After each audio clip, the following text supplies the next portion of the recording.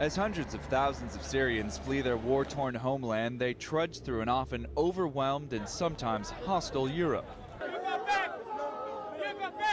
A not-so-welcome reception in the Greek island of Lesbos, a first entry for many Syrians escaping the violence. I've been waiting 2 days for that document, and honestly, I've seen no effort to organize the process. Mohammed AL-HAJ, who left his parents in Turkey, is on the move chasing a dream, life in Germany.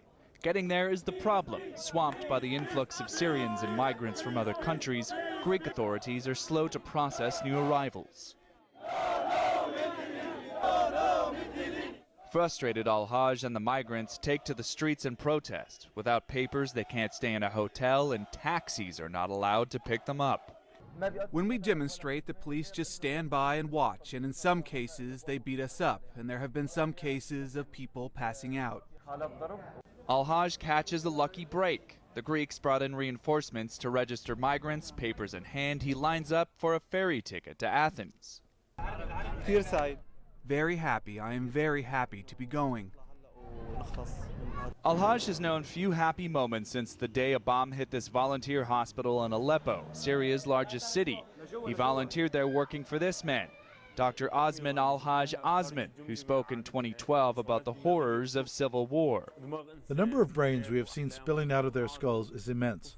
Seeing human head injuries, their memories, ambitions, their childhood, love, spilled out onto the floor.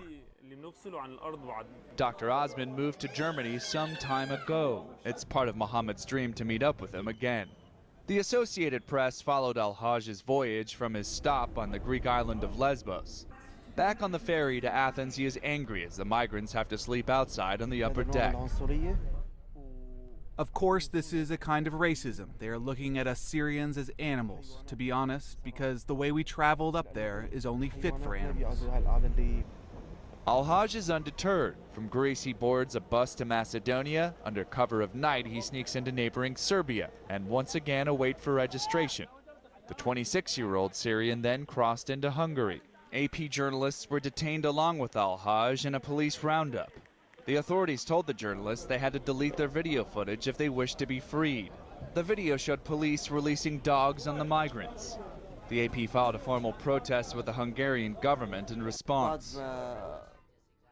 After they took us, they lined us up and gave us numbers and told us to go to the camp to sleep in tents. Conditions in the tents were very bad. The mattresses were wet and it was very cold.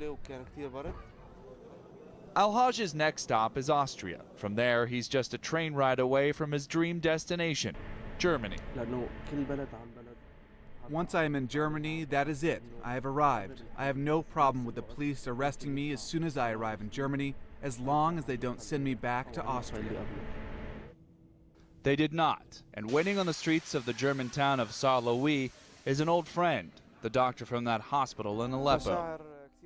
It is such a sweet feeling that I came to a new country, to a new world, and a life different from the one I led.